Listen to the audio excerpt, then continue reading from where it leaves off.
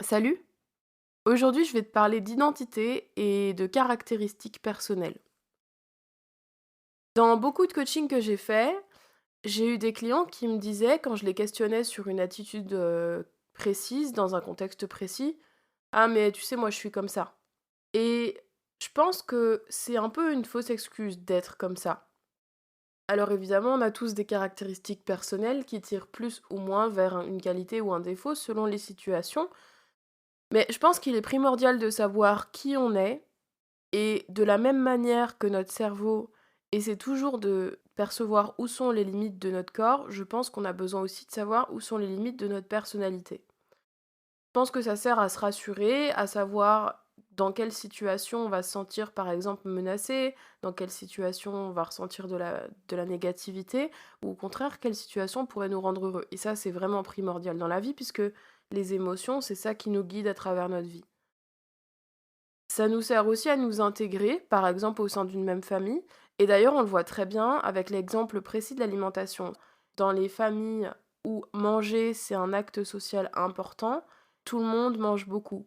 Parce que ça permet de réunir, mais surtout parce que ça permet que la personne qui éventuellement mangerait moins ne se sente pas exclue. Donc il y a vraiment une injonction dans ce sens-là. Et je pense qu'il y a aussi ce genre de choses pour les valeurs et que, par exemple, une famille peut être réunie autour d'une valeur précise. Et ça, bah, évidemment, c'est transmis déjà dans l'éducation, mais c'est aussi transmis dans l'attitude des parents, et donc la personne s'identifie à cette valeur. Et puis quand on devient adulte, on quitte la famille dans laquelle on a habité, et du coup, bah, on est moins confronté à la valeur avec laquelle on a vécu et qui nous a été inculquée. Et ensuite, on rencontre peut-être des situations personnelles qui font que soit on valide ces valeurs, soit ces valeurs sont mises de côté au profit d'autres valeurs qui s'appliquent mieux à notre situation personnelle.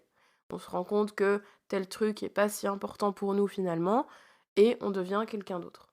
Et parfois, la valeur en question n'a pas encore été interrogée, n'a pas encore été remise en question. Et du coup, quand je demande à la personne pourquoi elle a réagi de telle manière ou qu'est-ce que ça lui fait, elle me répond: «Ah mais je suis comme ça, hein». Ou bien: «Ah mais j'ai toujours été comme ça». Et c'est très rassurant ce truc de «je suis comme ça» parce que ça permet de déterminer quelque chose qui ne variera pas, quelle que soit la situation. Et je te l'expliquais dans l'épisode 30, tu peux agir indépendamment des circonstances. Tu peux agir même si les circonstances ne vont pas dans ton sens. Et ça s'appelle le locus interne, le fait de réagir indépendamment de si les circonstances sont bénéfiques pour toi ou pas. Et je t'invite à aller écouter l'épisode 30, du coup, si tu l'as pas encore écouté, parce que j'en parle assez longuement. Pour moi, ton identité, elle n'est pas caractérisée par une qualité ou un défaut, mais par une qualité et un défaut assorti, ou une caractéristique qui se placerait sur une jauge selon la situation. Par exemple, un manque de confiance en soi, qui donc serait un défaut, ça pourrait être vu comme une grande capacité à la remise en question. Et dès lors que tu vas commencer à voir ça sous cet angle-là, tu vas voir que ça va être beaucoup plus facile à vivre. Ce qui est intéressant, c'est que ces caractéristiques-là, elles augmentent ou elles baissent selon les situations. Par exemple, on sait que sous stress, ce qui est perçu comme négativement pour la société a tendance à augmenter.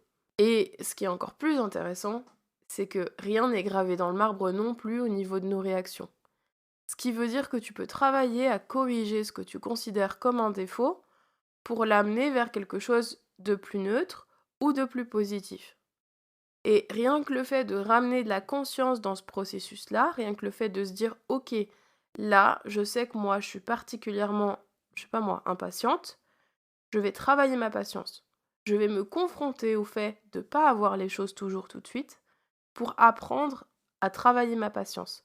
Un peu comme je le fais avec ce podcast pour mon perfectionnisme, par exemple. Tu te lances en fait des challenges parce que plutôt que d'être confronté et que ça te tombe dessus et que tu doives te débrouiller, le fait de le faire, de manière volontaire, ça te permet d'avoir l'impression de garder le contrôle et en même temps, ça te permet de quand même être confronté. Tu vas pouvoir développer des stratagèmes, développer des pensées, des croyances qui seront en accord avec qui tu veux être et comment tu veux recalibrer tes qualités et tes défauts. Et la preuve que c'est possible ça, c'est que dans notre vie, on a tous traversé des périodes un petit peu plus compliquées et que généralement, on s'en trouve très, très transformé. On reconsidère certaines choses. Par exemple, quelqu'un de très généreux aura tendance à, parfois, après plusieurs fois où il s'est fait avoir, dire: «OK, maintenant c'est bon, je suis plus gentil parce que je me fais avoir à chaque fois». Et finalement, il recalibre petit à petit. Petit à petit, il apprend les situations où il se fait avoir, il apprend les situations où c'est safe pour lui d'être gentil et il remet le curseur au milieu. J'espère que cet épisode pourra te faire réfléchir à tes traits de personnalité et surtout pourra te faire réaliser que de dire: «J'ai toujours été comme ça», quelque part, c'est un peu une excuse pour ne pas faire les choses parfois. Je te remercie d'avoir écouté cet épisode, tu pourras trouver tous mes liens en description. Si cet épisode t'a plu, surtout partage-le autour de toi si tu penses qu'il pourrait être utile à quelqu'un. On se retrouve demain pour un nouveau contenu, d'ici là porte-toi bien. Merci pour ton écoute et à demain.